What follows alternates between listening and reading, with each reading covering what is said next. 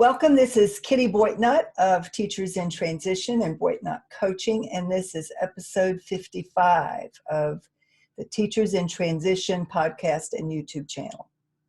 If you've listened to this podcast before, you will know that I alternate topics. I speak to stress management 1 week because I happen to be a stress management coach.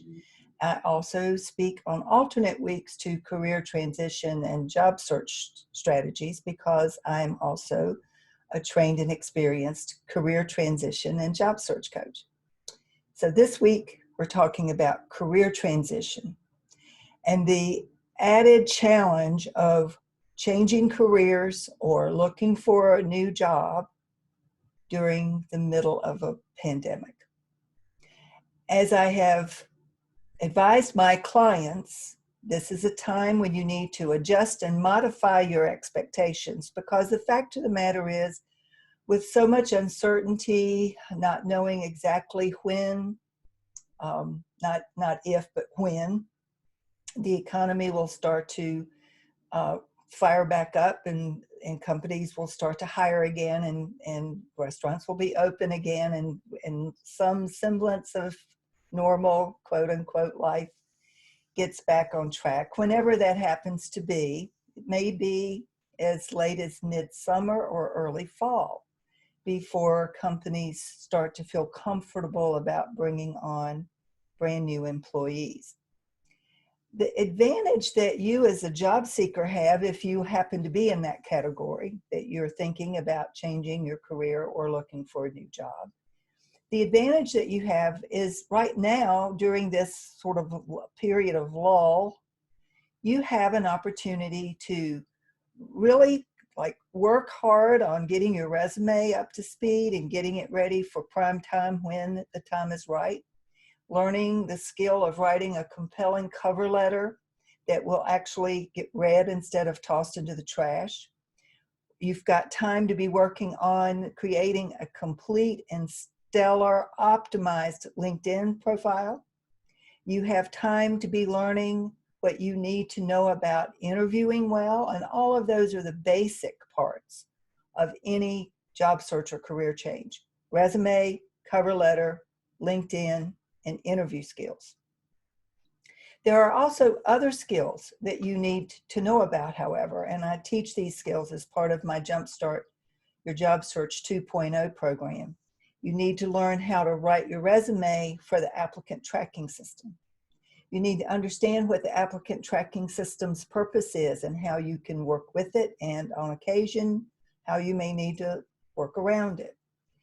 You need to understand the importance of rebranding yourself. When you're creating your LinkedIn profile, you want to create a profile for the person that you are becoming or the person you aspire to be professionally, not the person that you were in the past.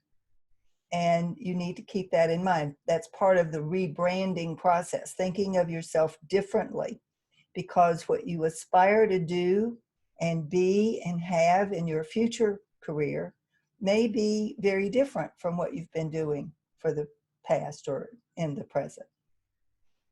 So these are all important parts of a job search, as well as networking.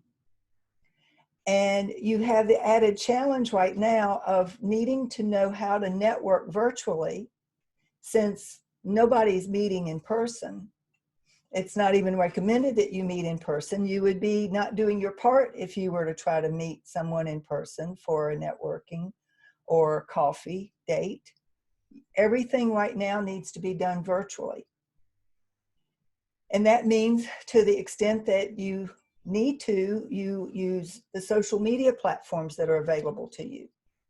LinkedIn is certainly top of line as far as professionally interacting with and networking with people in the industry that you're interested in joining or the career that you're interested in pursuing.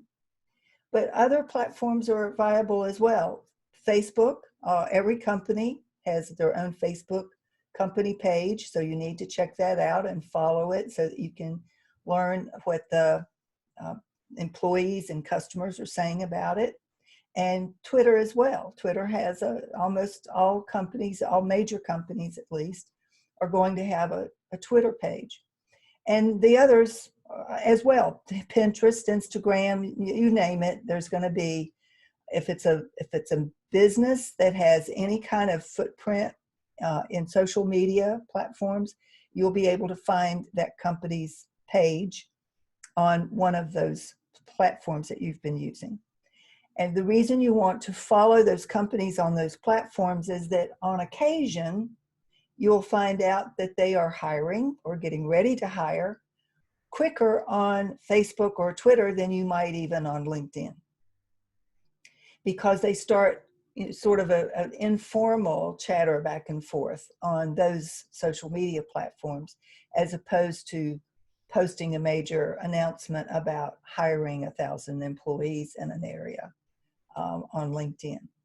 So do follow Facebook, Instagram, Twitter, as well as LinkedIn. Follow the companies, and to the extent that it's possible, connect with on LinkedIn people within the company. Now, you've got to be careful how you do that. You don't want to just go click connect to all the people that you might like to be first tier connections with. You want to send a customized message, and you want to be careful about indicating that you're on the prowl for a new job, because that may be a turnoff. You also want to be careful about looking like everybody else. Recently, as a business owner, I've been getting a lot of the same kind of tired old messages from companies that are reaching out to me because I'm a coach, because I have a business presence on LinkedIn, and almost all of them, to the person, are writing from a template that says, I'd love to talk to you about how I can help, or let me know how I can be of assistance to you and your company. And I've stopped responding to any of them. They don't set themselves apart. They don't make me interested. I'm not curious about what it is they have to offer, because they are looking and sounding like everybody else. They want to sell me something, and I'm not interested in buying anything right now. So I'm not going to respond to those messages. So you need to figure out a way to make yourself stand out, not in a quirky or weird kind of way, but in an interesting, unique way that would make someone who is sitting at home, working from home right now instead of sitting in their office, if they run across your invitation to connect, you want to be authentic, you want to be sincere, you want to be honest without saying I'm looking for a job. You may say something like, hey, John, and you can call them by their first name. On LinkedIn, we're all pretty much the same. Hey, John, I see that you work for, fill in the blank of the company. I am interested in, and by this point, you want to be specific about what it is that they do, their mission, their vision, their customer service, whatever, but be very specific. I'm interested in a new job, or I'm looking to get employed by. I'm interested in, and fill in the blank with something specific, because that will indicate that you know something about the company and that you have a genuine interest. Now, that means you may need to do some research before you ever send that connection request. And I urge all of my clients to do lots and lots of research about companies that they're interested in working for, industries that they're thinking they might be interested in joining, or people who work for those companies. And there's certainly lots of information online. There's no reason why you wouldn't be able to know about a company's specific mission, their vision, a specific challenge they're facing, a specific goal they're trying to meet. So you would fill in the blank with, I'm interested in, and fill in the mission, the vision, the challenge, the goal, whatever. And then all you need to say beyond that is, I'd love to add you to my LinkedIn network, or I'd love to join your LinkedIn network, or I'd love to connect here on LinkedIn. And then you sign your name.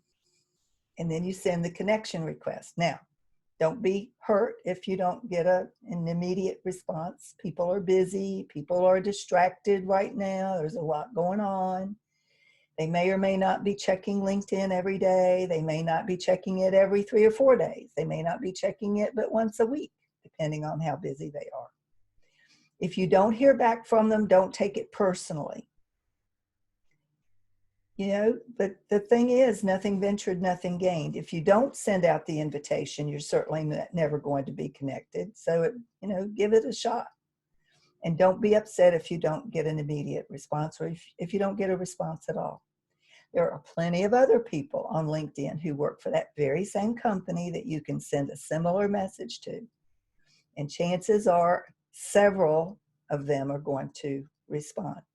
Now, I know this strategy works because just recently a client of mine told me that she had connected with, and this stay with me now because it was kind of a long string of connections. She started with listening to me on a summit that I was on a few months ago.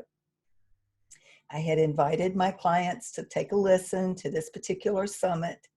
She had not only listened to my interview, but she had listened to some of the other interviews. She had reached out through LinkedIn to one of the individuals who was interviewed by that same person who did the summit. That individual that she reached out to had responded and accepted her request, and they had started communicating through LinkedIn back and forth. Through that connection, she was then either introduced to or found by someone out in California. She's down south. Someone out in California who was interested in what she was doing and reached out to her through LinkedIn. They became connections through LinkedIn. One thing led to another. They've been on the phone 2 or 3 times since then, just to chat about what each one of them is up to. Now, she's not got a job, but she is establishing relationships. And a relationship on LinkedIn is very much like tossing a pebble out into the middle of a pond. You don't know where the ripples are going to finally wind up. So use the virtual technology that we have, LinkedIn, as well as other virtual networking opportunities that may pop up. Do get yourself on the list for your alumni association. They may be doing some virtual happy hours or get-togethers.